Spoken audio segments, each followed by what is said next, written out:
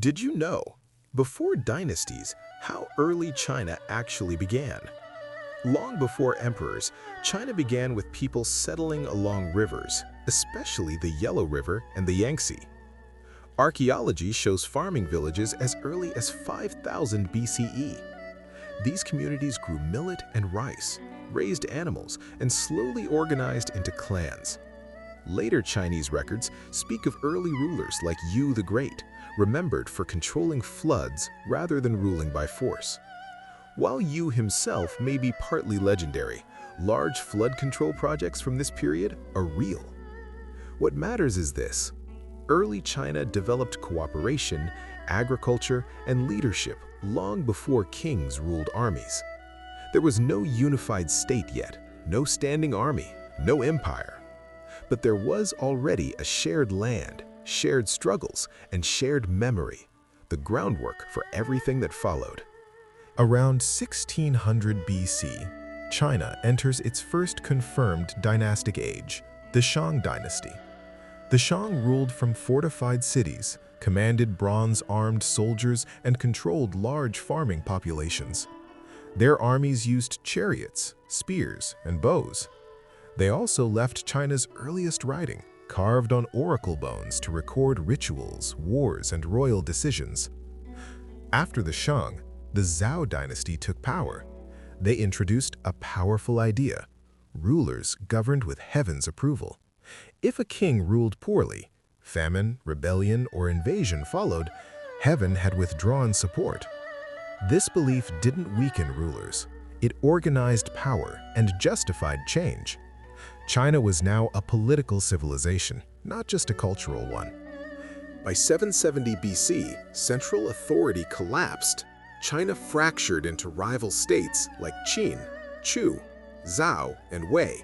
Each fielded large armies, some over 100,000 soldiers. Warfare became organized and constant. Iron weapons replaced bronze. Military strategy became essential. This period produced famous generals and thinkers. Confucius emphasized social order and responsibility. Legalist thinkers argued strict laws were the only way to control chaos. This wasn't just fighting, it was experimentation. By the end of this era, states were stronger, more centralized, and far more disciplined. China was preparing, unknowingly, for unification. In 221 BC, the Qin state defeated all rivals. Its ruler, Qin Shi Huang, became China's first emperor. He commanded massive armies, enforced strict laws, and standardized writing, currency, weights, and roads. His authority was absolute. The Qin dynasty was short-lived, but its system survived. After Qin collapsed, the Han dynasty rose and stabilized the empire.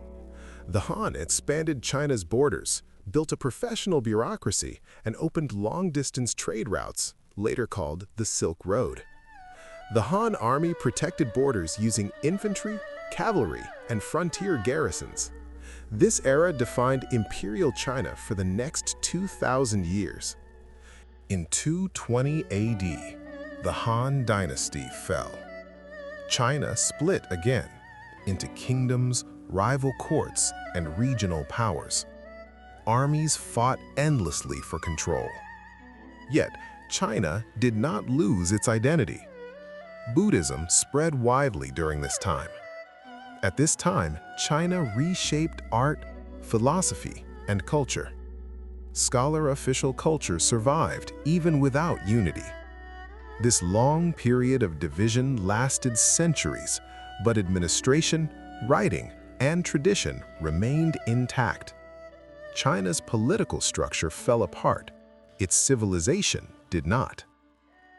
China reunified under later dynasties, reaching its height during the Tang and Song periods, and later under Ming and Qing rule.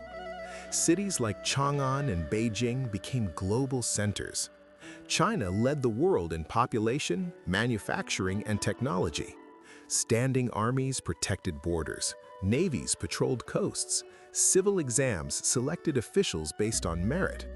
But by the 1700s and 1800s, foreign powers arrived with modern weapons and industrial economies. China's traditional systems struggled to respond quickly. The empire remained vast, but pressure was mounting. In 1912, China's last emperor abdicated. The imperial system that lasted over 2,000 years ended. What followed was instability, warlords, civil war, and invasion by Japan during World War II. In 1949, a new government unified the country again under a different system. Since then, China transformed rapidly, industrializing, modernizing its military, and becoming a major global power. Modern China is not separate from its past. It is the latest phase of a civilization that adapted, collapsed, rebuilt, and endured for over 5,000 years. If you love learning history, hit subscribe and stay curious.